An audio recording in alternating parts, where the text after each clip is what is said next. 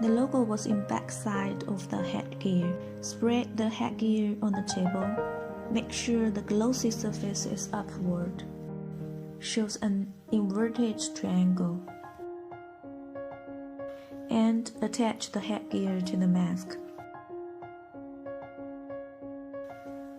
Connect one bottom clip into the mask frame and keep another bottom clip unfastened. It means a successful connection with a click sound. Fitting the mask. Hold the mask over your nose. Pull the headgear over your head. And then connect the unfastened clip to the mask. Align the upper edge of the silicone cushion with your nasion and the lower edge with the bottom of your nose. Adjust both the bottom and top headgears evenly. Well fitted, usually able to put in 1 or 2 fingers.